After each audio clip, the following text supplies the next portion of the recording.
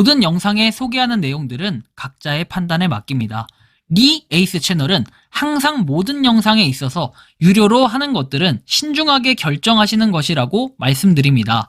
아울러 무료로 하는 것들 역시 각자의 판단으로 선택해서 결정하시는 점이라는 것을 강조드립니다.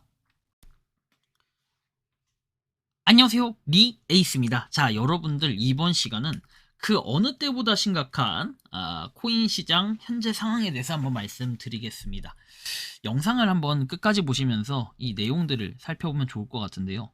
지금 현재 코인 시장의 상황이 그렇게 좋지 못한 상황이에요.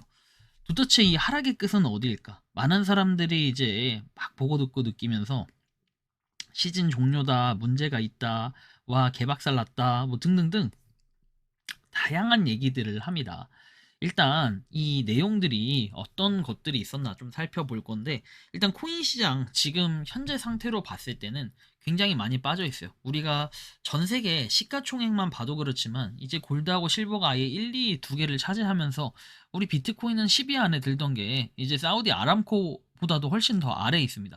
테슬라보다, 그리고 브로드컴보다도 아래에 있는 비트코인은 지금 13위에 머물러 있습니다. 물론 13위도 정말 비트코인의 역사 자체로 보면 대단하다라고 느낄 수는 있겠는데, 그래도 과거에 한 7, 8위 정도를 왔다 갔다 했던 그런 순위로 봤을 때는 이렇게 아래로 가는 게 사실상 좀 아쉽다라고 볼 수도 있겠는데요.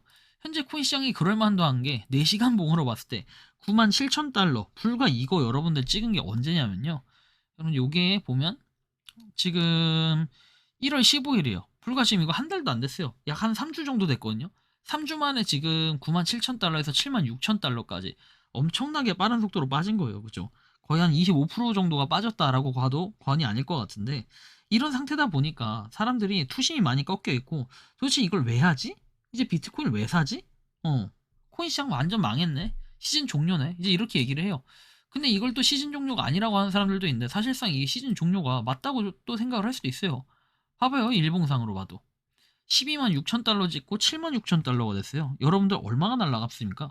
거의 한 40% 고점 대비 빠진 상태예요. 과거의 이 모양새로 봤을 때 지금 약간 이 제가 생각했을 때 개인적으로는 지금 이 모양새가 이 모양새잖아요. 그리고 여기까지 좀 떨어졌잖아요, 그렇죠? 다시 올라갔는데 여기도 지금 보면은 떨어졌어요, 그렇죠? 그리고 다시 올라갔는데 다시 떨어졌어요, 그렇죠? 이런 상태예요. 어떻게 좀 더 확대시켜서 보면은 이 확대가 안 되는군요. 자, 일봉.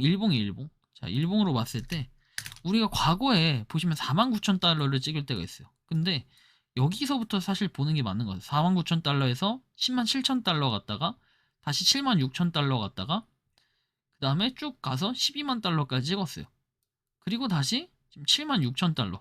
딱 어떻게 보면은 이렇게 봤을 때는 약간 여기가 쌍바닥 지점이다. 그리고 이제 막 오르기 시작한 본격적인 시점에서의 마지막 여기가 지지선 아니냐, 이렇게 얘기할 수 있는데, 만약 지금 이 자리가 깨져버리게 되면은 어디까지 내려갈까요? 지금 6자나 5자 보는 사람들도 있는데, 그렇다면 이제 67,000달러 정도가 약간 유의미한 자리가 될 거고, 그 다음에 더 빠지게 되면 이제 뭐 52,000달러 뭐 여기도 생각할 수 있는데, 뭐 약간 올랐던 지점인 한 이 정도 64,000, 63,000달러 뭐 요 정도 지점도 보고 있고, 5자 보시는 분들은 사실 저는 5자까지는 안 보이긴 해요. 근데 6자는 충분히 또 이렇게 보면 볼 수도 있지 않나, 이제 이렇게 생각도 할 수 있어요. 공포감 조성인데 일단 이런 상태예요 지금. 그러다 보니까 코인 시장이 좀 불안불안하다라는 거고, 뭐 보면은 1년 사이에 봐도 뭐 트럼프 대통령이 됐을 때도 11월에, 그쵸, 2024년 11월에 됐을 때에 비하면 뭐 1년이죠, 1년. 작년 2월하고 비교하면 올해는 비트코인이 24%가 빠진 상태, 이더리움도 22% 빠진 상태, BNB만 좀 올라있는 상태. 근데 와, BNB도 얼마 전에 봤을 때 뭐 1000달러 가까이 된다, 막 900달러 이렇게 됐는데 21.7%가 뭐 올랐다라는 것도 볼 수 있고, 야, 솔라나는 뭐 55.4%, 아주 그냥 반토막이 넘게 빠졌네요. 이런 좀 심각한 경우도 있다라는 거죠. 뭐 파이네트워크 이런 것들, 파이코인 같은 경우에는 볼 필요도 없지만 저렇게 많이 빠져 있다는 거예요. 그렇다면 이번에 코인 시장은 왜 빠졌을까? 이제 이런 것들을 좀 분석해 볼 필요가 있겠죠. 그냥 한번 큰 틀에서만 보자 이건데요.